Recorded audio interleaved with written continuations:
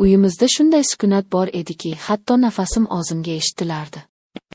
Odatda bolalarimning kechuvi, erimning yotali, qaynonamning gudranishi bilan tolib-toshib turadigan bu katta hovli endi huvillab qolgandi. Erim Rossiyada. Ancha bo'ldi. Har kuni telefonlashib gaplashib turamiz. Har kuni bir xil gap. Ishlaring yaxshimi? O'zingni ehtiyot qil. Bolalar yaxshimi? U bilan ham uzoqlashib ketgandekmiz.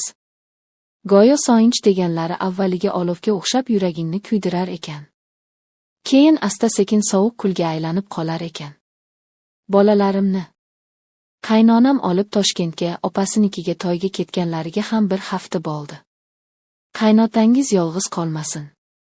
Kelin, siz qoling, bir haftada qaytamiz degandilar. Shunday qilib men va qaynotam bu katta havollagan hovlida yolg'iz qoldik. Qaynotam odam kamgap inson. Bolasi uzoqda, xotini, nevaralari mehmonda. U kishi uchun ham oson emasligini bilardim. Ko'pincha ayvonda eski karavotda xayol surib o'tiradilar. Men o'z ishim bilan doim oloraman, sigir soqaman, ovqat qilaman, uylarni yig'ishtiraman. Biz deyarli gaplashmasdik. Faqat zarurat yuzasidan ota choy ichasizmi, kelin tuz bormi? Faqat shunga o'xshash so'zlar edi. Oradagi sukunat ba'zan menga og'ir yuk bo'lib tuydi. Kechqurunlari bu sukunat yanada avjiga chiqardi. Hovliga tun chokib chiroqlar yoqilganda, men oshxonamda, u kishi oshxonasida qamalib o'tirardik. Ba'zan u kishini u yoqdan bu yoqqa yurgani eshitilardi. Men esa derazadan osmonga, yulduzlarga qarab o'tirardim. Xayolimda erim, u hozir nima qilayotgan ekan? Sovqotmayaptimikan, meni oylarmikan? Ammo bu oylar ham endi avvalgidek yuragimni junbushga keltirmasdi. Xuddi eski yod bo'lib ketgan she'rni takrorlayotgandek edim. Bir kuni kechqurun yomg'ir kuya boshladi. Bax yomg'iri uyimiz tomiga urilayotgan tomchilar sukunatni biroz bo'lsa-da buzardi. Bir kuni elektr o'chib qoldi. Butun hovlini zimziyo qorong'ulik bosdi. Telefonimning chirog'ini yoqib sham izlay boshladim. Oshxonadan bir dona sham topib yoqdim va qaynotamning xonasiga moraladim. U kishi deraza oldida tashqariga tikilib o'tirgan ekanlar. Ota chiroq ochdi. Sham olib keldim dedim. U kishi sekin qaradi. Sham yorida yuzlaridagi ajinlar yanada chuqurlashib bortib ko'rindi. Uning ko'zlarida chuqur bir charchoq alam bor edi. Ha, kelin, rahmat. Shu yerga qo'ya qoling, dedilar.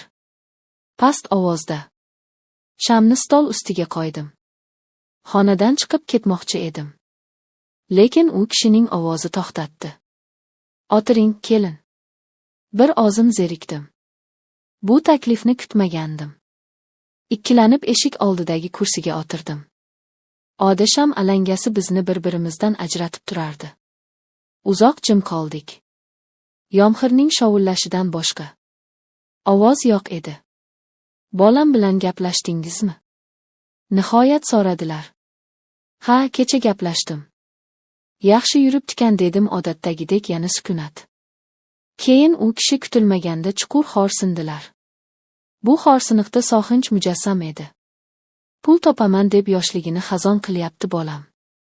Na bola-chaqasining oldida, na ota-onasini. Hayotni mazasi qayoqda qoldi? O'zi bu so'zlar yuragimga oqdek qadaldi. Chunki bu mening ham har kunlik oylarim edi. Erimning topgan puli rozxorga, imoratga ketardi. Ammo bizning o'tayotgan umrimizchi? Mening ayollik baxtim uning yoshligichi.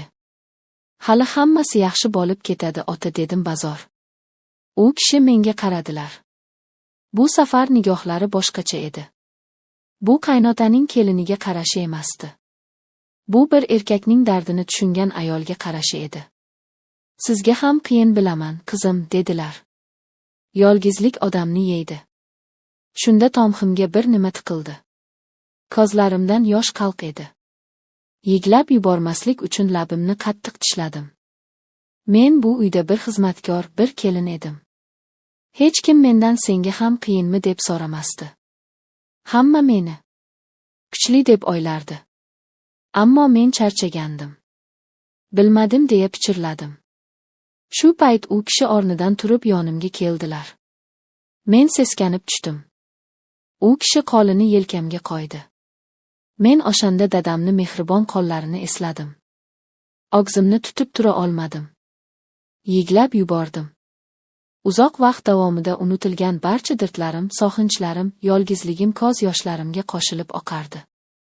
U kishi hech narsa demadi. Faqat qo'li bilan yelkamni ushlab tasalli bergandek bo'y. Sham alangasi tebranar. Ikkimizning devordagi soyalarimiz bir-biriga qo'shilib ketardi. Qancha vaqt shunday o'tirganimizni bilmayman. Yomg'ir tindi. Shamib deyarli tugab qolgandi. Men ko'z yoshlarimni artdim. Kechiring, ota, dedim hijolat bo'lib. Hijolat bo'lmang, dedilar, o'shamayin. Ammo bu gal titroq ovozda. U kishi qo'lini yelkamdan olmadi. Aksincha barmoqlari bilan sochimni sekin siladi. Yuragim dukillab ketdi.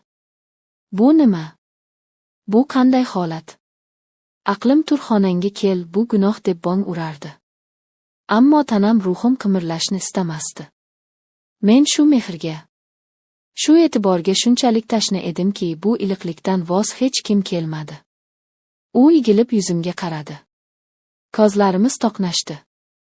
Uning ko'zlarida endi nafaqat charchoq, balki bir iltijo, bir olov porlardi. Bu qarashdan butun vujudim muzlab ketdi. Qaynotam, erimning otasi. Bu fikr miyamda char urardi. Ammo hozir u qaynotam emas, balki meni tushunadigan, dardimga sherik bo'lgan yagona inson edi. U sekin yuzimga yaqinlashdi. Men ko'zlarimni yumib oldim. Lablaridan aroqning hidi anqidi. Demak, yolg'izlikdan ichgan ekanlar. U meni olibdi. Bu opichda na ehtiros, na shiddat bor edi. Bu ikki yolg'iz yaralangan qalbning bir-biriga taskin berishga urinishi edi. Bu gunohkor, ammo shunchalik zarur bo'lgan bir taskin edi. Men qarshilik qilmadim. O'sha lahzada men na erimning xotini, na bu xonadonning kelini edim. Men shunchaki yolg'iz mehrga zor bir ayol edim. Tong otdi. Chiroq yonib turgandi. Tunda qachon yonib, qachon o'chirganimizni eslay olmadim. O'rnimdan turib yuzimni yuvdim. Hovul chiqqanimda qaynotam allaqachon turib ayvonda choy ichib o'tirardi. Unga ko'zim tushishi bilan kechagi voqea yodimga tushib, butun tanamga titroq kirdi. Uyat, qo'rquv, gunohkorlik hissi butun vujudimni qamrab oldi. U kishiga qaray olmadim. Salom berdim-u oshxonaga kirib ketdim. Nonushta tayyorladim.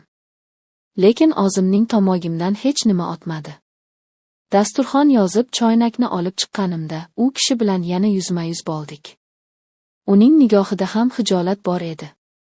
Biz hech narsa demadik. Hech narsa bo'lmagandek nonushta qildik. Ammo oramizdagi sukunat endi boshqacha edi. Bu bo'sh sovuq sukunat emasdi. Bu sirlar bilan, aytilmagan so'zlar bilan, gunohning og'ir yuki bilan to'la bir sukunat edi. Biz endi bir-birimizga begona emasmiz. Bizni umrbod bir-birimizga bog'lab turadigan bir sir birlashtirib turardi. Kunlar o'tmoqda. Qaynonam va bolalarim ertaga qaytib kelishadi. Hovli yana shovqinga to'ladi. Em yana telefon qiladi. Hayot o'z iziga tushib ketgandek bo'ladi. Ammo men bilaman, hech narsa endi avvalgidek bo'lmaydi. Bu hovlining devorlari, bu ayvon, bu xonalar ham